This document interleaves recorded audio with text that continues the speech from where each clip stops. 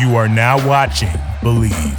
Do you believe? All right, welcome back to another episode of Talkin Ball with Pat Leonard, New York Daily News Giants beat writer and NFL columnist. Jet lag, but feeling great. You know why? Because listen to this. I've seen a lot of great sporting events in my lifetime. Okay, I've been fortunate due to my job and just being a sports fan my entire life. I've seen Kobe Bryant play in high school. I saw LeBron James and Carmelo Anthony play against each other in high school. Melo's team won. They were obviously stacked at Oak Hill. I saw Ken Griffey Jr. play at the old Yankee Stadium. I was unfortunately at the Bush Push game, but attended countless games at Notre Dame, got to travel covering their team as well. I've seen Stanley Cup finals with the New York Rangers and other squads. I've been to the Super Bowl.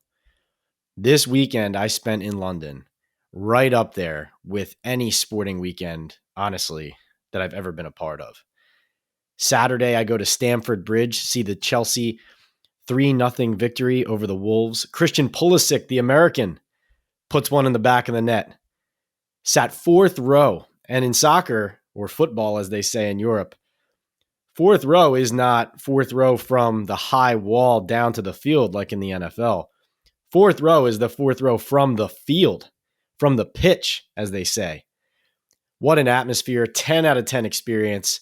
English Premier League game that, I'll be honest, I don't follow the EPL and soccer as closely as I would like. It just becomes too much with the time difference, spending mornings on that, afternoons and nights on NFL and the rest of the sports, Yankees playoffs. So I don't follow it as closely as some others. But wow, if I didn't walk away from that stadium thinking I have to start now, because there was just nothing like it.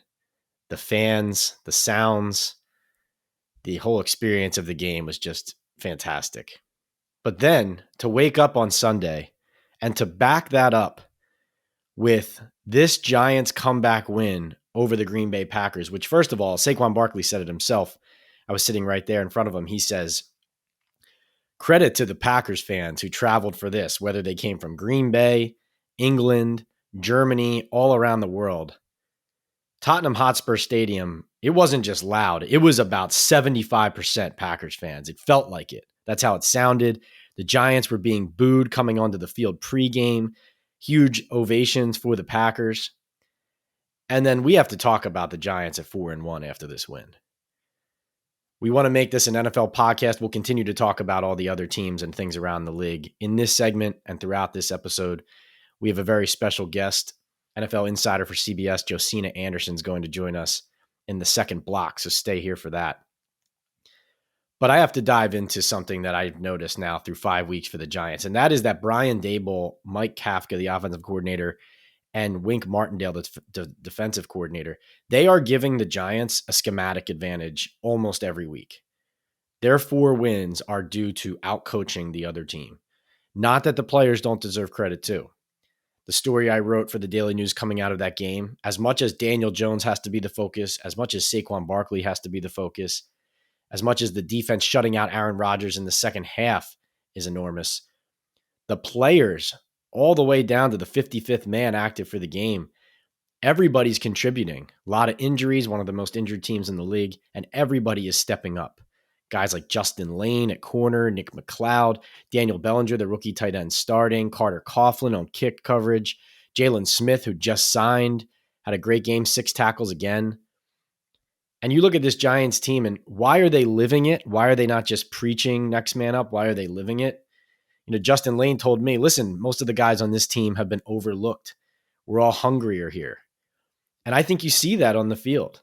And obviously, I think the most important thing is that they won that first game in Tennessee. They won early, and the players and the team started to believe that what Daboll was telling them, hey, it works. We got a result. That's something that coaches around here, even if they've put good programs together, if you don't get those early results and that confirmation and that affirmation, it becomes harder to reinforce and harder to earn buy-in and then get the results later on. But you look at Daboll, Kafka, and Martindale. You have Daboll, a head coach. You have Mike Kafka, who is on a meteoric rise here with the way he is calling games and figuring it out, who is definitely on his way. If this continues at this trajectory, to being a head coach sooner rather than later. And Wink Martindale, who frankly is overdue a head coaching job, he's not shy about saying that. And I think if it continues going this way in New York, you'll see his name pop up and get red hot as well on the coaching circuit.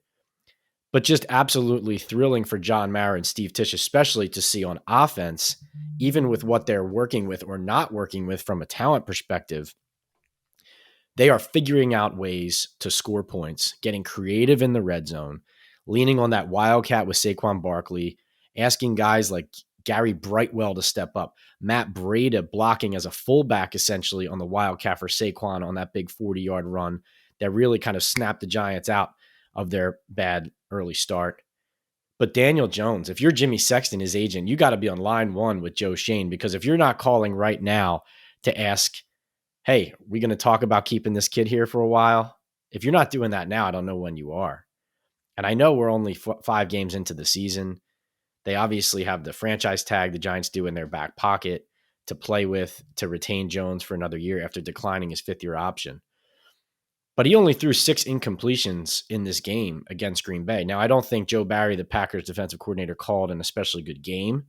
I was extremely surprised. I believed he only sent Next Gen Stats said that Barry sent more than 4 pass rushers at Jones, only 10 times, I believe, in 28 dropbacks. It felt like less watching the game live there at Tottenham Stadium. But Jones was, frankly, he was dominant.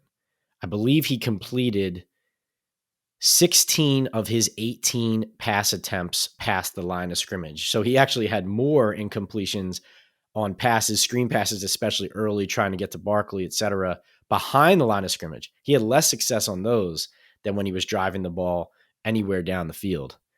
But this quarterback is stepping up and doing everything that's been asked of him. And I know they're managing the game in different ways. They're getting creative. The run game is obviously the key and main point of how the Giants have been successful offensively so far. But Jones deserves credit for being the catalyst of this comeback. And when you look at their possessions, that 5 straight possessions of field goal, touchdown, touchdown, while Martindale's defense is taking care of Rodgers' Packers offense, I mean, you have to look at the quarterback. You have to look at Daniel Jones getting his bloody right hand taped up and bandaged on the sideline. And frankly, you couldn't tell from his demeanor that anything was wrong until after the game. You could see it. Obviously, they showed that on the broadcast. But he's just gritty. He's gutsy. And I know Benny Fowler, who comes on this podcast and is a regular guest of ours, one of the few people who has not wavered banging the table as Daniel Jones as a franchise quarterback. And I think the Giants have to think a lot about that if these games keep going this way. Something noteworthy there, Brian Daboll, unsolicited in his praise of Jones after the game, which I think needs to be looked at and examined and understood that that's significant, because throughout this process in the summer, Joe Schoen, the GM, Daboll, a lot of tempered comments and enthusiasm when asked about Daniel Jones. The plan here, we all know, was to rebuild, knowing that this team was probably going to struggle and have a high draft pick next year. Jones and this coaching staff and this team are throwing a wrench in any idea that the Giants might have a draft pick, at least so far. Maybe the injuries will catch up to them. But right now, you have John Mara in January saying that the Giants believe Daniel Jones is the guy, and you have him reinforcing that he is, and you have Brian Daboll after the game, without being asked about Jones yet, stepping up and saying the quarterback was excellent. He's had a few games like that now, and I'm glad he's our quarterback. That was the strongest statement yet by anybody with significant power in the Giants, not named John Mara, the new regime coming in, that Daniel Jones right now at this moment is their guy, and they like it that way. So we'll see where that goes. Now, when the Giants, like a team like this, wins, they don't have any money to spend. But does Cole Beasley come out of retirement even for a minimum salary because the Giants are turning into possible contenders? Does Odell Beckham Jr. forego returning to the Los Angeles Rams, for example, to a Giants team that even if they don't have enough money to give him the incentives that he would like because they're clearing cap space, he sees the post-career opportunities in New York. He sees the value of returning to this market. He sees the opportunity to possibly help another team that he has an affinity for go on a run like he did last year with the Rams. These are all things that you have to think about and consider, and that do happen when teams win games. So what a great experience, especially, I'll be honest, you got a little goosebumps and chills. Before the game, you hear the two national anthems. And I got to see the singing of the national anthem, but in God Save the King, not God Save the Queen, obviously, with Queen Elizabeth passing away and Charles now taking the throne. God Save the King. That was an interesting thing to hear sitting there in the stands, and just part of taking the whole experience in. Got to tour Tottenham Hotspur Stadium around the area, and then along with Stamford Bridge, just an incredible experience. Now, before we get to our second segment with Josina Anderson, wanted to point out a couple things that I noticed around the league this Sunday and this weekend. Number one is I saw when Matt Rhule got fired from the Carolina Panthers, not a surprising thing. When that happened, though, I immediately saw Jay Glazer report that teams were going to start calling the Panthers about all their players. Now, yes, that happens in these situations, and sure, when a team sees its season going off the rails, it might sell off a piece here or there, or a ton of pieces, depending on where they are. But the Carolina Panthers aren't far away from rebuilding in the first place, from starting the rebuild with Rhule. He was in at the beginning of his third season here. So given that, you look at their roster, they've been accruing solid young talent with high draft picks already recently. Brian Burns, Yetur Gross-Matos, J.C. Horn, Ike Ekwonu, the tackle. These aren't players you sell off. Even DJ Moore, I know he's a little bit older, but when you come in, if you look at this Panthers team, they don't have a quarterback. We know that. We knew it coming in. Anybody who was telling you that Baker Mayfield was going to be the solution was lying to you. Ben McAdoo is a good coach, but this is what they have from a personnel standpoint, and it just wasn't going to be great with this player or any of the players they've had a quarterback. But if I'm the Carolina Panthers, if I'm owner David Tepper, this isn't a fire sale. You have good players there. And if I'm a head coach or an assistant, a coordinator looking at Carolina as my possible next job, if I'm on the phone or poking around, I want it to be known that no, I like a lot of the roster I see here. I like a lot of the players on this team. Please do not dismantle this and make me start fresh. I will start fresh trying to acquire a quarterback, but don't make me tear this roster down when there's a lot of good players to build around. So that's something I think to keep in mind with Carolina. Thinks some credit is deserved and should be thrown New England's way, specifically to former head coach of the Giants, Joe Judge, and former Lions head coach, Matt Patricia. Because I know everything that everyone had reservations about with the Patriots offense was looking to be coming true early in the season. And they were struggling, they were scuffling, particularly just Mac Jones turning the ball over. And the Patriots, of course, have had some bumps in the road early on. But Judge and Patricia, and especially Judge, they've spent a lot of time working with the rookie quarterback out of Western Kentucky, Bailey Zappe. And listen, I know they kicked a lot of field goals in this win, but they beat the Detroit Lions 29-0. They shut them out. In a year in a league, in an NFL now where parity is king and almost every game feels like it's going down to the wire and teams are more even than ever with the salary cap regulating what teams can acquire and how much they can build, they shut out a team that was one of the higher scoring teams coming into the league. I know they've had injuries, but Belichick, of course, out-coaching Dan Campbell, not hard to see coming. But Zappe, 17 of 21 with a touchdown and a pick. I mean, he started this game. He finished this game. He won this shutout over the Lions. And Judge and Patricia, for all the heat they've taken, spent a lot of time behind the scenes working with this kid. And the fact that he won a shutout start over a good NFL team on Sunday. We're going to talk about Brian Daboll and Mike Kafka and Wink Martindale and what they're doing well and a coaching advantage there. This New England staff, I don't know if they deserve to be mocked as much as they are. So something to keep in mind there. And I think, listen, team makes mistakes, offense looks bad, coaches deserve blame. When the team looks good, especially a rookie quarterback starting that no one believes should even be starting in the first place or expected to this early, wins a start like this, you got to give a golf clap to the staff that got that player ready to play. And finally, though I don't want to spend too much time on this because it makes me look bad, Las Vegas Raiders, man, 1-4, coughing up one to the Chiefs. And listen, I took the Raiders to cover this spread. I think it was 7 going in because they typically seem to play the Chiefs and Mahomes close. And they were starting, it looked like, to figure it out on the offensive side of the ball, especially with Devontae Adams. But listen, good teams find ways to win close games. Bad teams find ways to lose them. And the fact is, you can't let Travis Kelce or any team's best player and number one threat get not only 4 touchdowns, but get completely free and wide open for 4 touchdowns in a game decided by 1 point. And yeah, the 2-point conversion, there were a lot of questionable bad coaching decisions this weekend. Brandon Staley with the Chargers continuing to make you shake your head at the end of that one. Josh McDaniels, I understand the idea. They still got the ball back and had a chance to score. Is going for 2 there the right play? I think you tie the game. I think you show, and forget about the emotional part of just showing faith in your team. But I think that you're overthinking these things sometimes. Obviously, Patrick Mahomes, my preseason MVP pick, looking everything like it. Josh Allen, of course, a stud in Buffalo as well. Yeah, hey, listen, if you don't try to win the game there, knowing that Mahomes is on the other side, do you pay for it anyway? Maybe. But your team is desperate for a win. I don't think you take a tie away from them with the extra point there. I think you keep going. But that's what I have on the NFL coming out of a stirring, exciting weekend in London. Can't recommend going to an overseas NFL game enough. Hotspur Stadium was fantastic.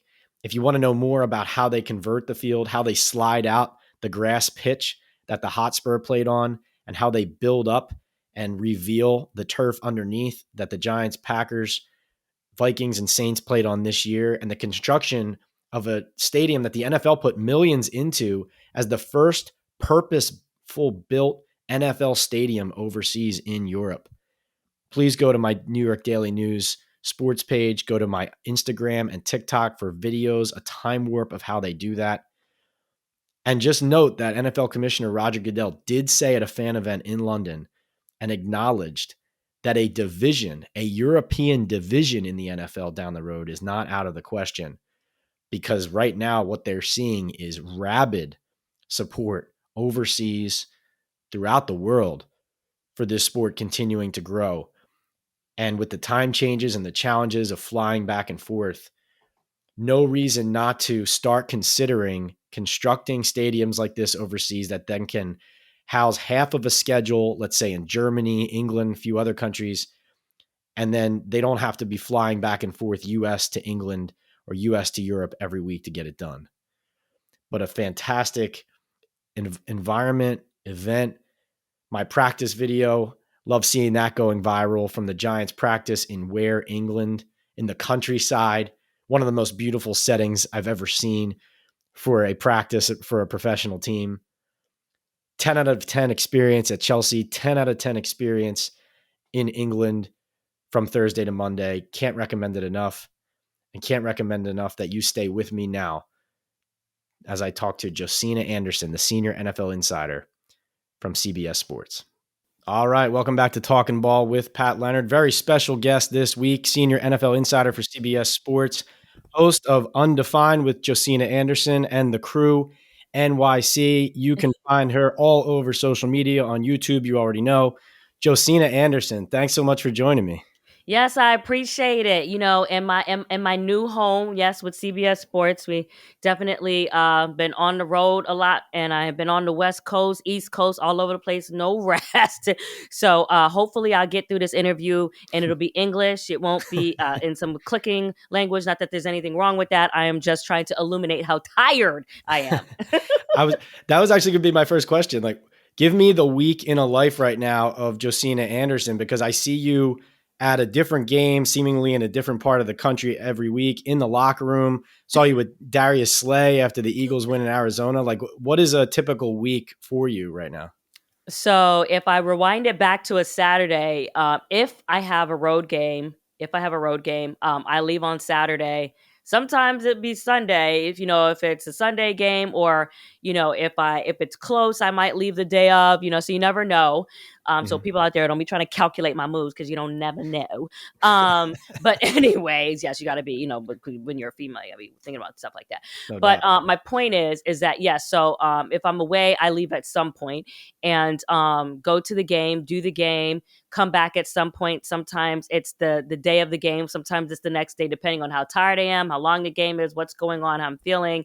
And then, after I come back, then Tuesday is typically the day that we tape my show. So we'll do the podcast. And then if we also have to do an in-person show, which we're trying to continuously raise money to tape those in person. Production is very, very expensive, particularly in New York. So anyone listening to this show, if you want to donate to my show, you can always DM me on Twitter. I'll give you my cash app. I won't do it on this, but you can get it personally if you want to. So yes, we're doing that. And then so sometimes on Tuesdays, Pat, we'll tape up to 3 shows. Wow. So it can be a lot on Tuesday. Wednesday's usually somewhat of a day off.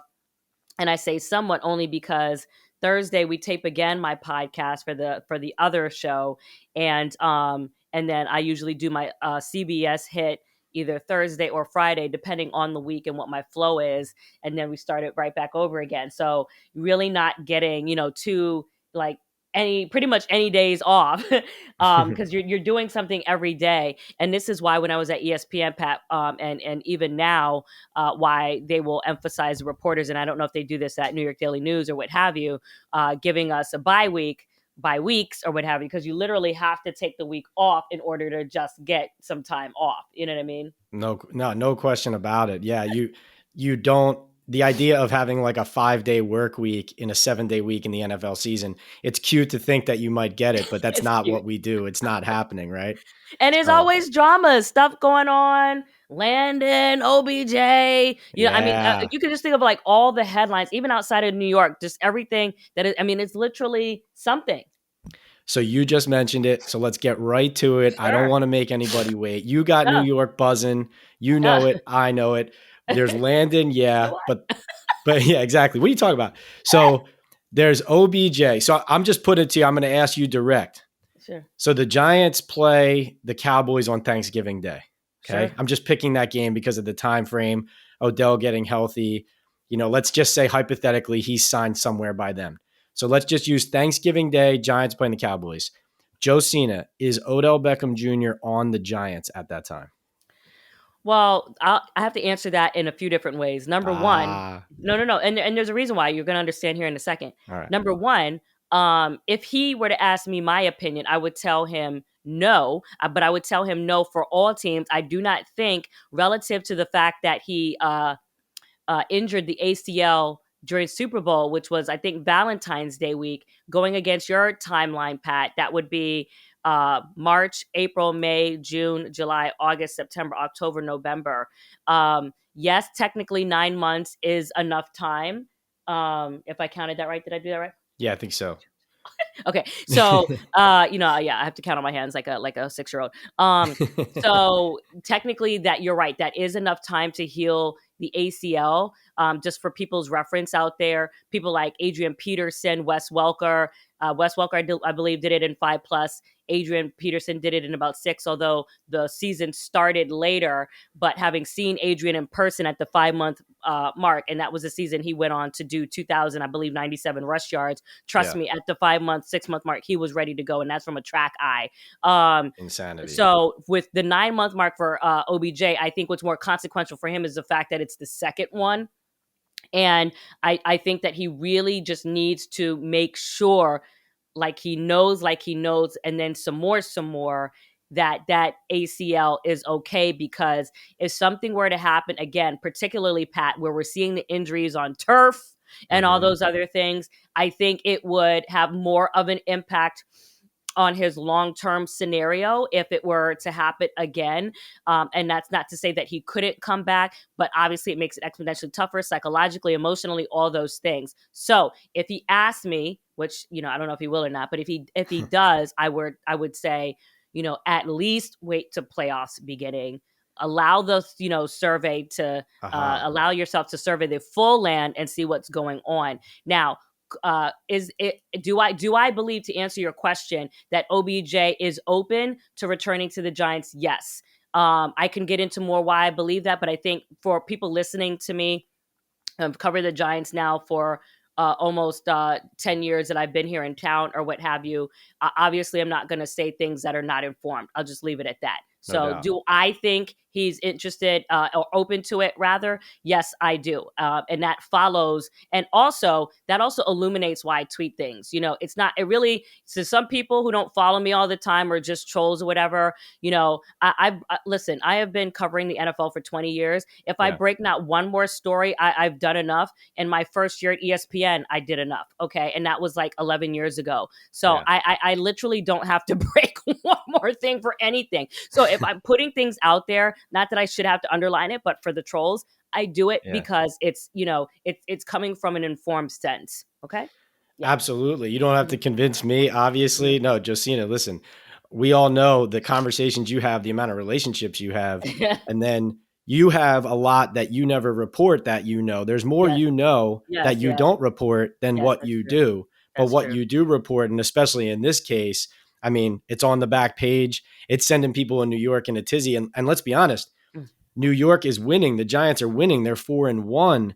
And, from your standpoint, and this goes for Odell, but also for other players you talk to, do the Giants look more attractive? Now, they don't have a ton of money to spend, but for a guy like Odell, who, listen, the Giants couldn't pay him even with incentives the way another team could, even if he did decide to come here for a playoff run. But does the fact that they're winning increase the likelihood and, that the Giants could land a guy like him, but also make them more attractive and marketable to, players you're talking to around the league right now who maybe are making that type of I decision? think for all things considered in this conversation, and I'll answer it like this, I think both the micro picture and the macro picture are things to be considered. And what do I mean by that?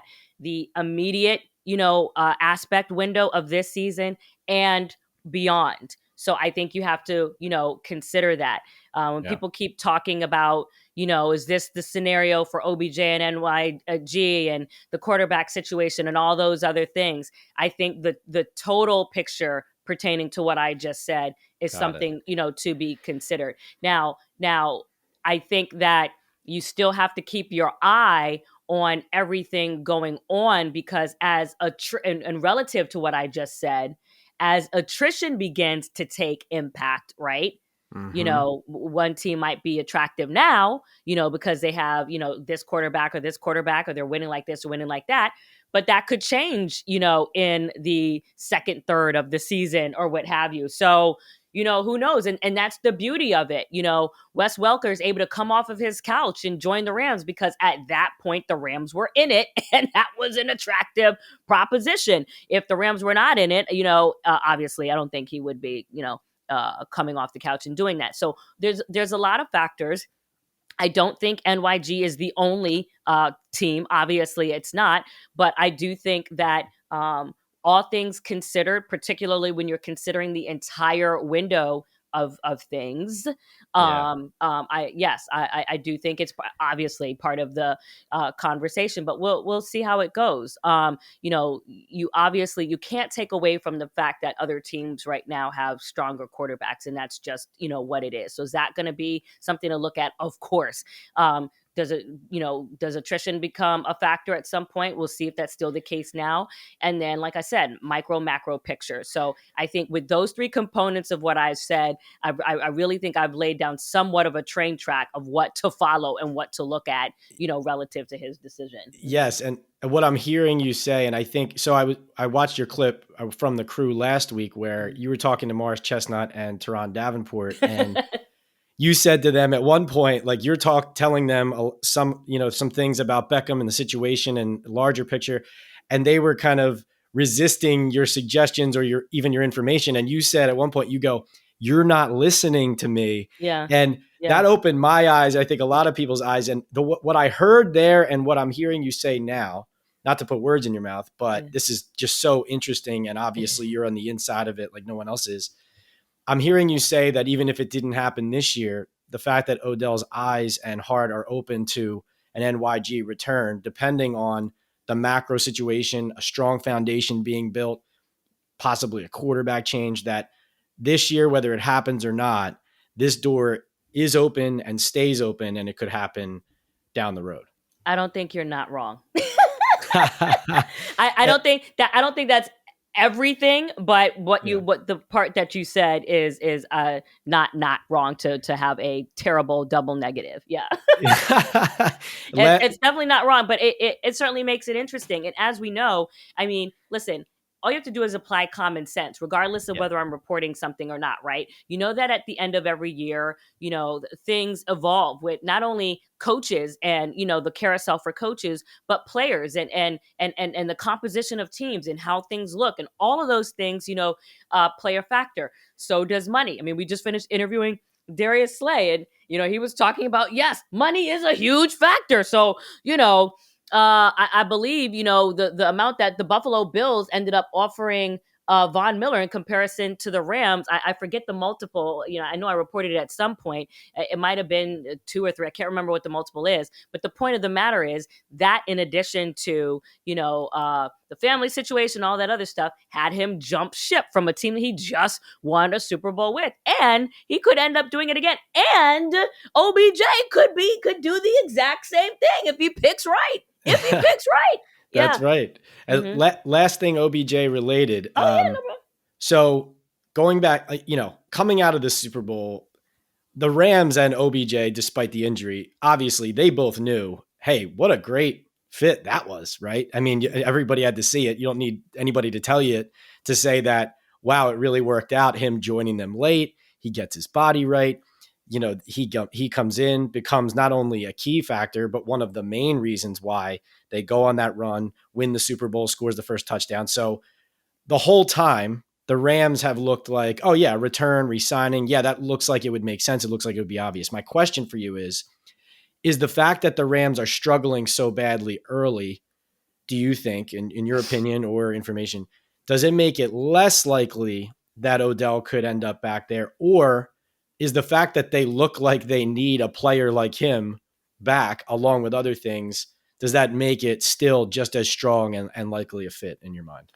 I think the strongest assets that the Rams have going for them is the heartstring of having that was the team that you won the Super Bowl with. The next biggest thing is location.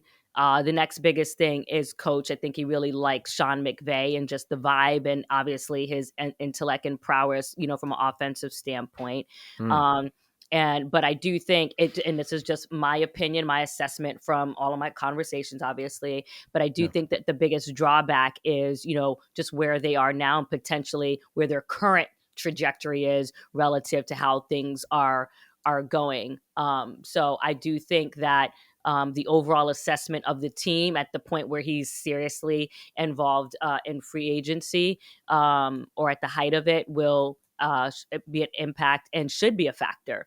A factor. I mean, listen, if you ask me my opinion, I'm always going to have my thoughts, but I recall the last time, I was very shocked when he decided to go to the Rams at that time, because earlier in the day we had spoken, and I didn't receive the kind of the thought process that it was coming that day, and that's how quickly things change. And next thing you know, Von Miller calls and Jalen Ramsey calls, and I had just finished a hit and it broke, and then oh, you didn't break OBJ, and it's just like, bro, you know what I'm saying? Like I do work, other things happen, and believe it or not, even though I'm doing the show with 2 phones right here, I don't always have them in front of me, and things happen. But even then, the interesting thing about that story is that while it was breaking, I was literally, because I think Kim had got it out before me at the time, Kim Jones, who used to work with NFL Network, and so he and I were on the phone,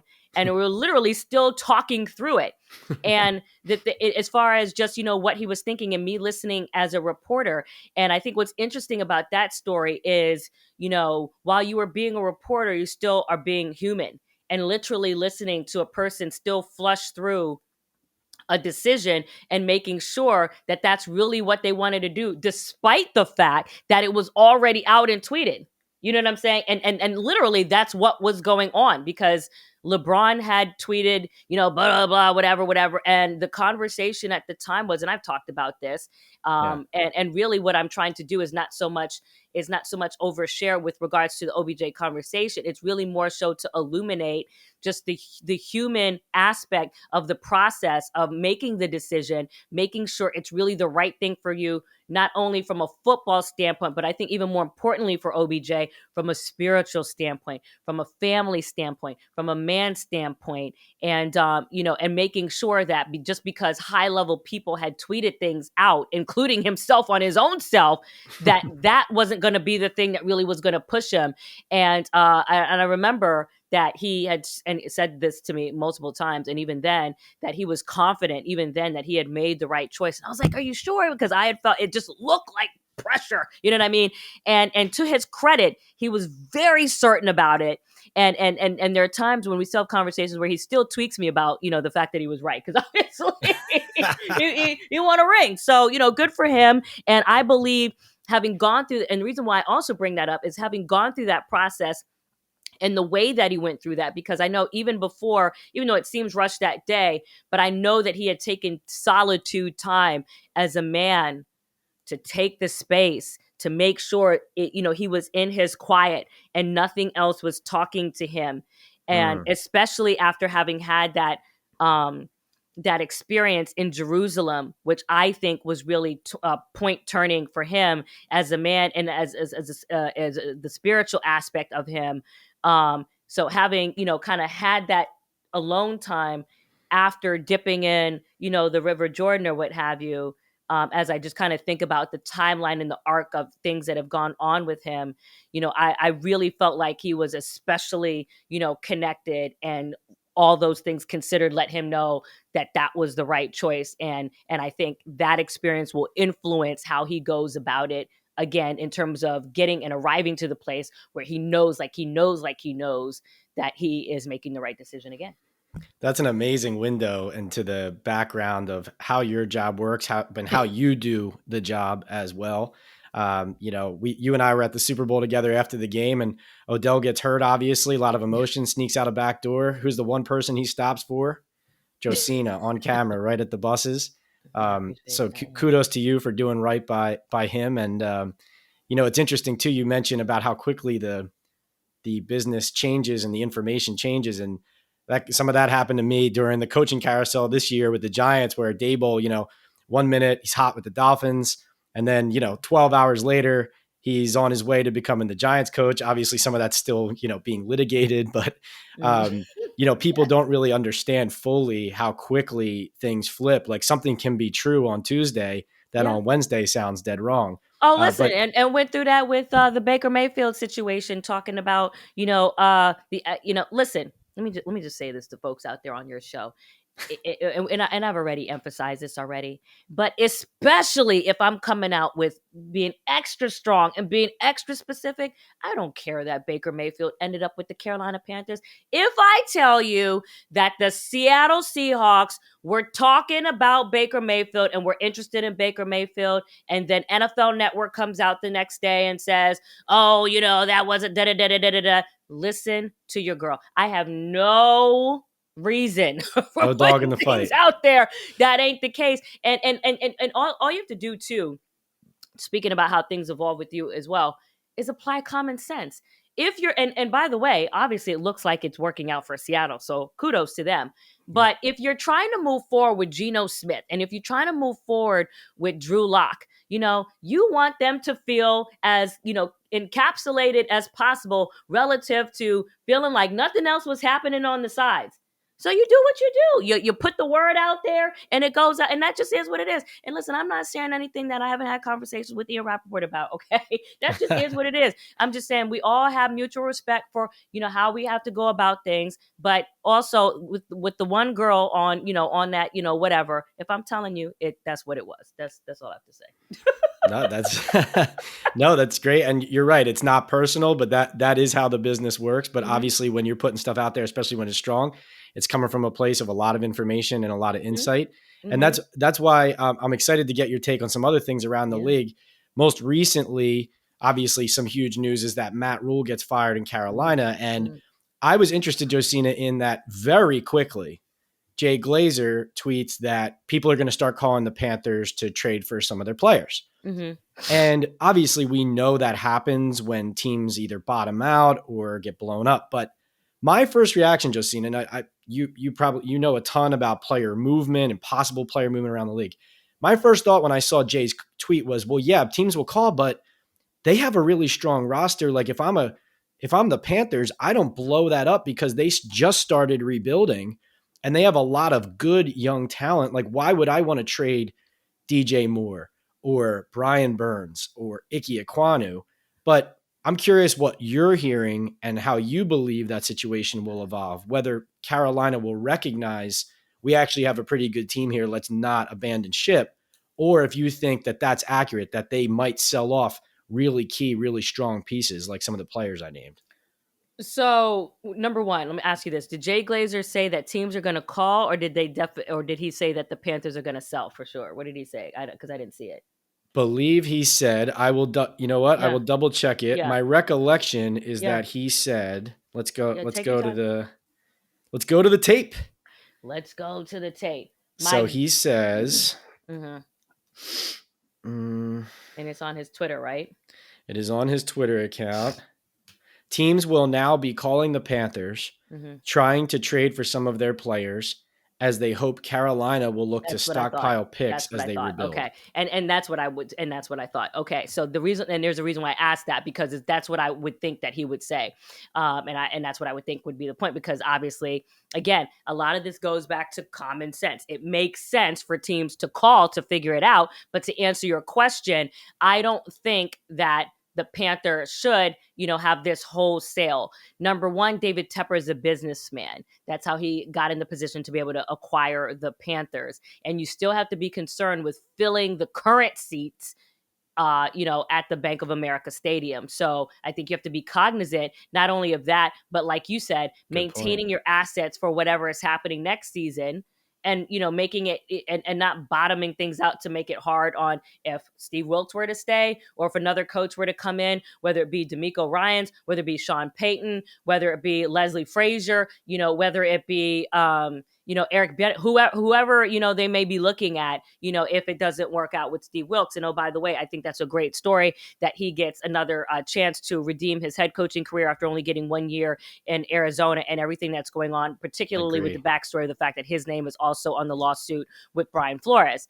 That being said, I think that they should try to keep as many of those pieces as possible, because obviously that makes sense. However, if you are a deft general manager, maybe you're able to identify one or two players that are attractive enough to, get some sort of counter compensation on that without, taking away too many key Jenga pieces, to give you an analogy there, in your structure. You know what I mean? So it doesn't just topple over. So, and that's what a key, should do. You should be able to, flip some pieces, a la what I think Joe Douglas has done really well for the Jets. You know what I mean? And giving away some pieces and then getting back what you need to be able to come back stronger. You know what I mean? Yeah. So, yeah. Mm-hmm. It's still kind of early related to the trade deadline, but it's never too early. And especially in your circles with how many people you talk to, are there any, in your opinion, names or teams we should watch for, big names or teams that you think might have an eye on moving some key pieces at the deadline, guys who could become available? I mean, some teams who have bad records right now are trending in the wrong direction. Washington, Vegas, Detroit, Pittsburgh, Arizona. Anything that has bubbled up, or that any kind of direction that you see that going in yet? I don't have a specific name, who is one of my secret weapons that really helps to focus me when it gets to that point of year. And I think we've done 2 shows relative to that. And we usually do it, I think, around the trade deadline and around free agency. But I always speak to Corey Joel on Twitter. Joel Corey, yeah. I call him Corey Joel Joker, because I'm like, you have 2 first names, and I call him by his Twitter name, and I'm like, dude, I'm gonna remember it how you freaking put it on Twitter. But no, he's Very really, Yes, he's really good at, because he is like a computer and knows everyone's situations. He really is a good person to just tap into to kind of figure out, who to at least focus on, because there's so many, players. But, you have to, once you put it in the context of what a team's money situation is, it really does help you to clarify the picture of who are the likely candidates from a GM, perspective. So and a lot of times, I mean, there's times when he's like right on the nose with that. So I haven't had that conversation yet. One of the things outside of looking at the money situation is also looking at teams, or looking at teams rather, who are stacked at different, positions. So like, for example, the Browns have a lot of running backs, even though they've got Nick Chubb, even though they've got Kareem Hunt, they've got two backs behind them that are particularly strong. And a team, if, it goes down at that position, may want to try to cope, even though they love stashing those running backs, because if something happens to Kareem, you want to have a Dearness Johnson. But, looking at a situation in terms of the position, and if there's just kind of a massing at that in terms of quantity, you can also look at stuff like that in addition to the cap situation, in addition to what you pointed out, which was, the teams that are losing, whether it be the Steelers, whether it be the Lions, or what have you. So I don't have a specific name right now, but I do remember we know you will year, soon. Oh my gosh. He was like, look at these guys and whatever, da da da da. And he was like right on the money with that. Bang, bang. Yeah. So along with that conversation, conversation, and in addition, I have him on my show too. well, we'll be looking forward to that. And Yeah. so along with that conversation about, so the Panthers, we're talking about the fire sale ID and how that applies to other teams. So let's look at coaches. Who do you think will be the next coach fired? Not that I'm wishing this upon anyone, but let's just face it. Nathaniel Hackett, one and done doesn't happen a lot, but that looks like it could continue to go off the rails. Another name that I thought before the season might come up, and it looks like it's starting to now, is Ron Rivera in Washington, especially now. I know he apologized to the team for this, but his comment about quarterback being the problem in Washington, I know he didn't just mean Carson Wentz, but it has the feel and sound of a guy who is at his wit's end with the situation, just, same old, not working out, Groundhog Day. But what do you think? What do you hear? Who do you think maybe would be on the hot seat next with Rhule out? I'm literally pulling up the standings. As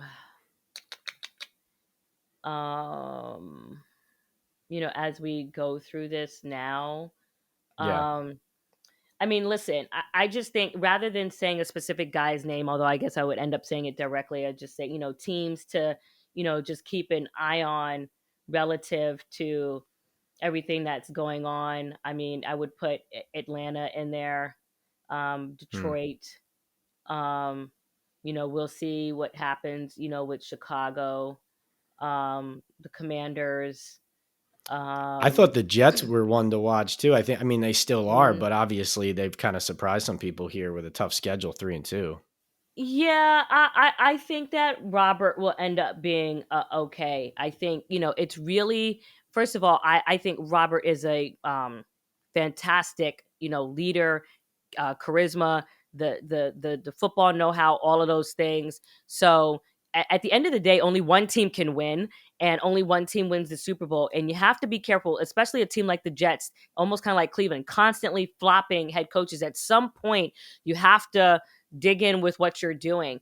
And I think some of the adversity that the Jets were going through initially also had to do with the fact that Zach Wilson was out. And, Zach Wilson, hopefully over time, will show us that he's very serious, not only about the quarterback position, but improving and maturing as a football player and as a person on and off the field, with everything, all the intangibles that you need at that position. So I think that the Jets, well, I think he'll be okay. I do think that the owner of the Jets needs to let the coaches do what they need to do in terms of being the football experts. And I'll just leave it at that relative to things that I hear.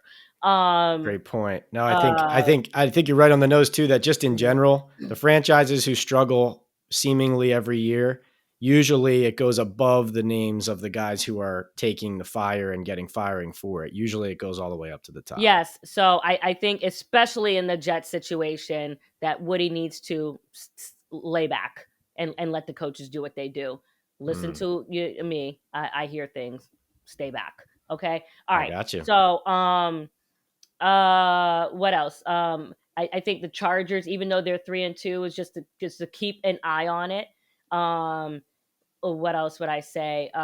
Houston, keep an eye. Although we'll see. I just think it just kind of depends on a lot of these things. Sometimes depend on what coaches are available, and sometimes It's true. organizations don't intend to make a change, but then someone like Sean Payton is available, or someone else is available. Marvin Lewis, I think, will be back out there again relative to the situation that happened with ASU. You just never know. What else did we talk about?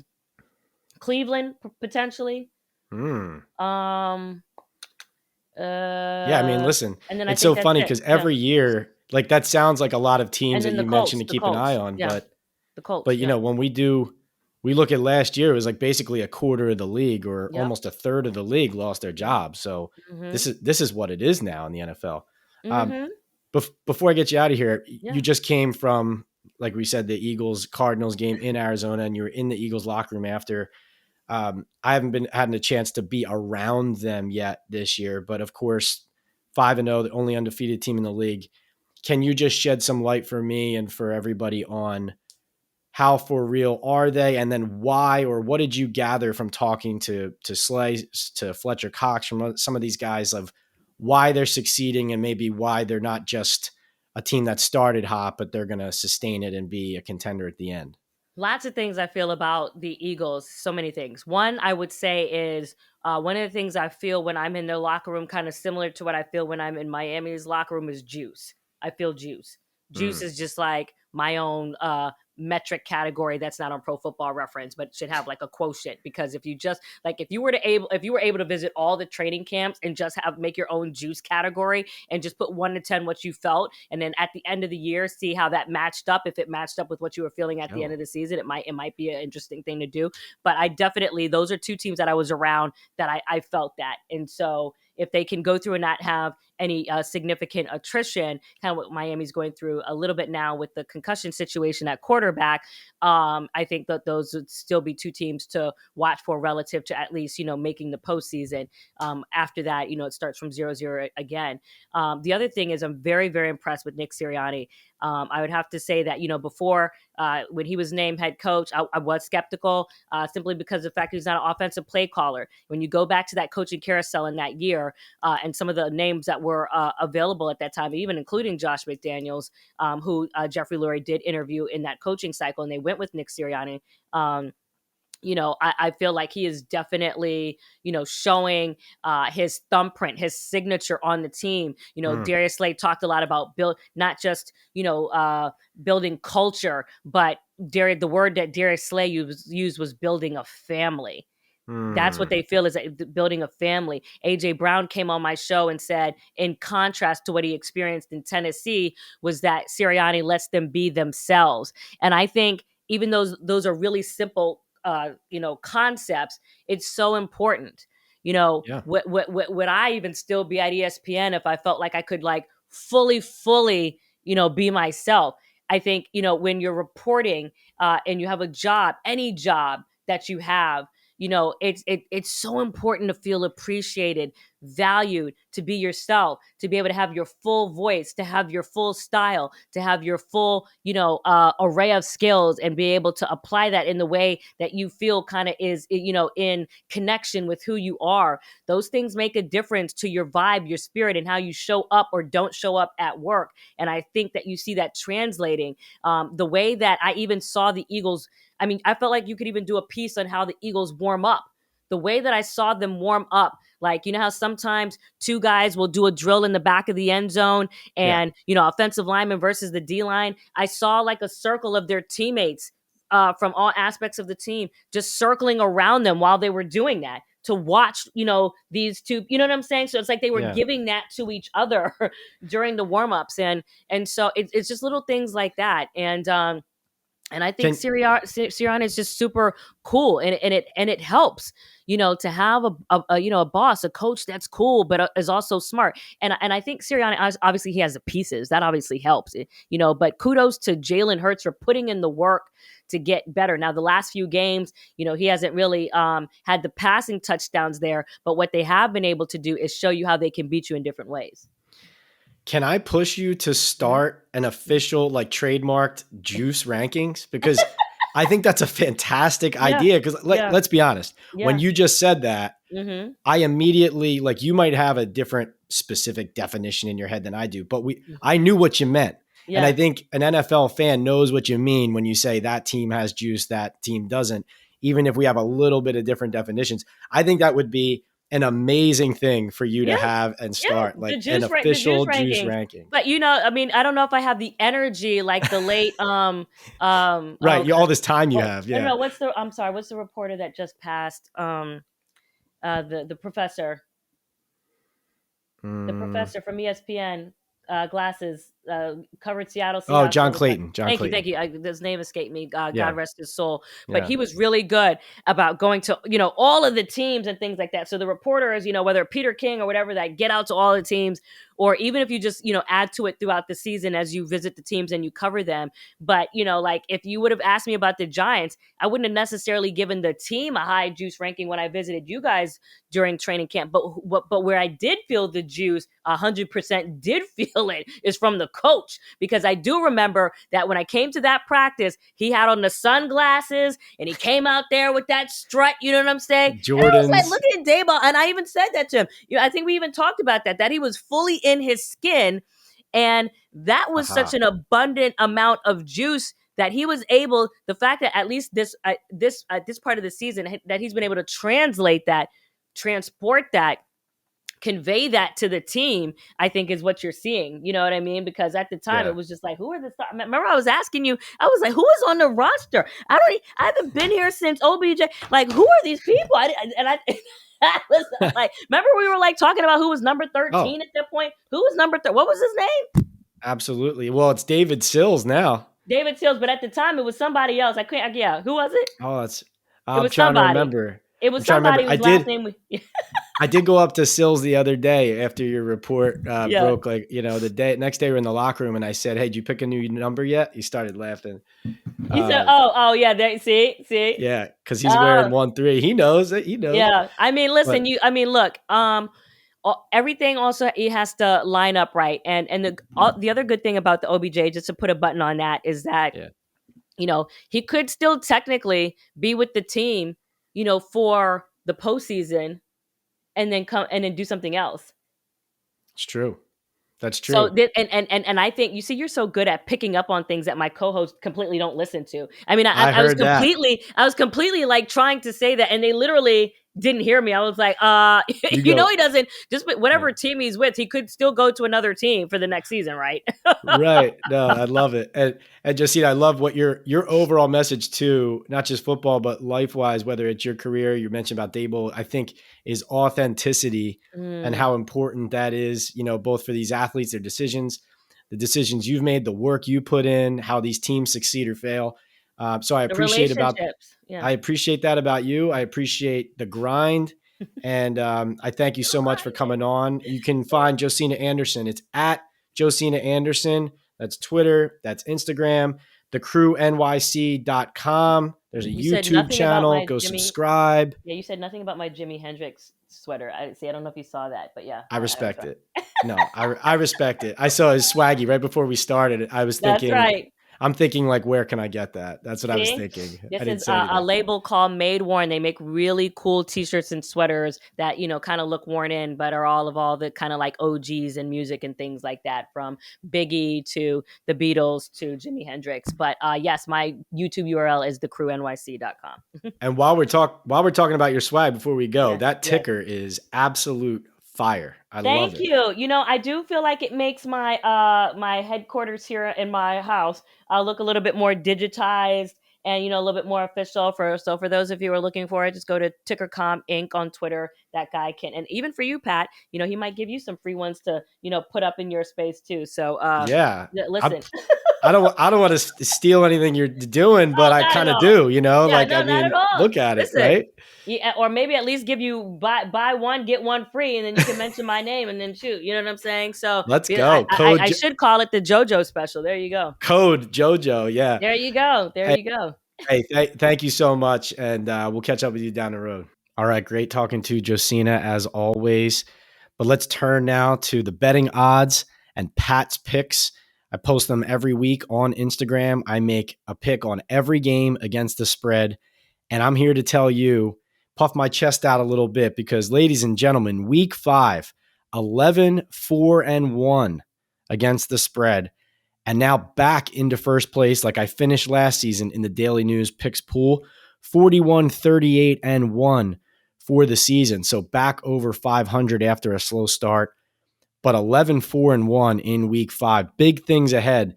Pat's picks coming over on Instagram. Make sure you check that every Friday, Saturday. We'll get that going. I'll have a pick for every game in gold, bolded on the illustration. You can go FanDuel, DraftKings, BetMGM, whatever app you use. Take my advice. Follow me on Twitter as well for things that update throughout the week. But I want to hand out a few picks as well for week 6. So let's go. Jaguars plus 2.5 over the Colts. I know it's a little fishy anytime these Colts lines seem to favor Indianapolis, like their upset over the Chiefs a couple weeks ago. But the Jags shut the Colts out in Jacksonville early this season, and I believe they're a much better team than Indianapolis.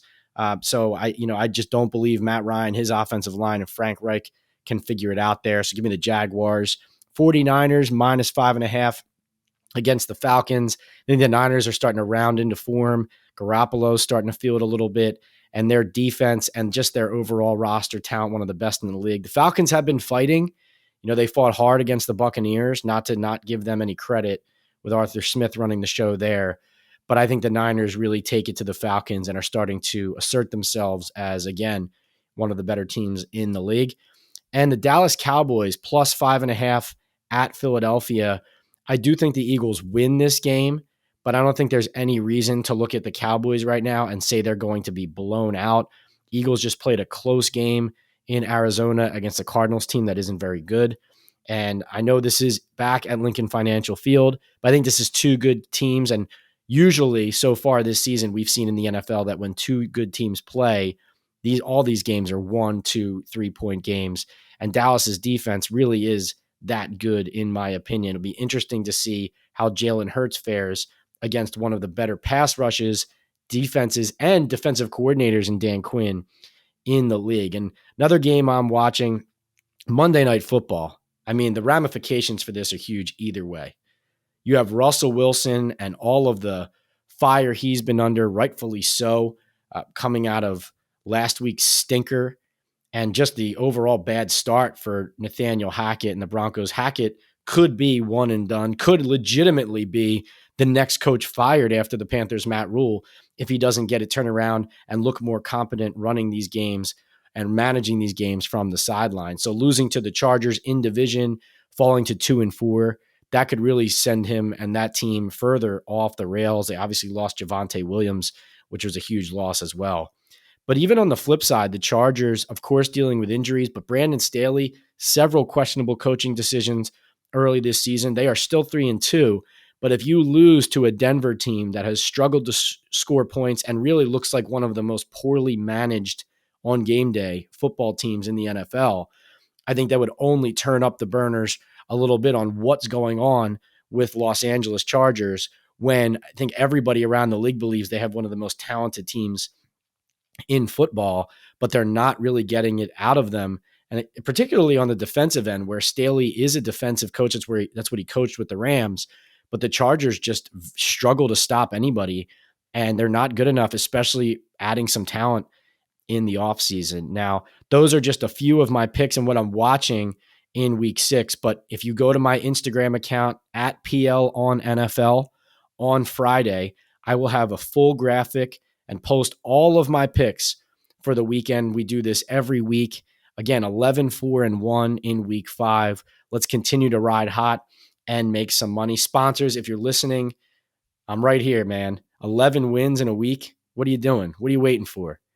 Speaking of sponsors, please, guys, if you like this podcast, I'm asking you, like, subscribe, review on Apple, Spotify, on my YouTube page, Pat Leonard YouTube page. You can find that easily with the full video of this podcast.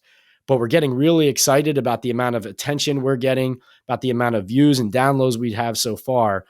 But you look at the quality of guests we've had and what's coming down the road here on Talkin Ball with Pat Leonard, I think you won't be disappointed. And it'll be great to have you all along this journey with us as it only continues to heat up, not only here in New York with the Giants, but in the NFL as well, all the way through the Super Bowl in Glendale. And we'll keep it rolling into the offseason. So like, review, subscribe. Thanks for joining me. As always, we'll see you next week on Talkin Ball with Pat Leonard.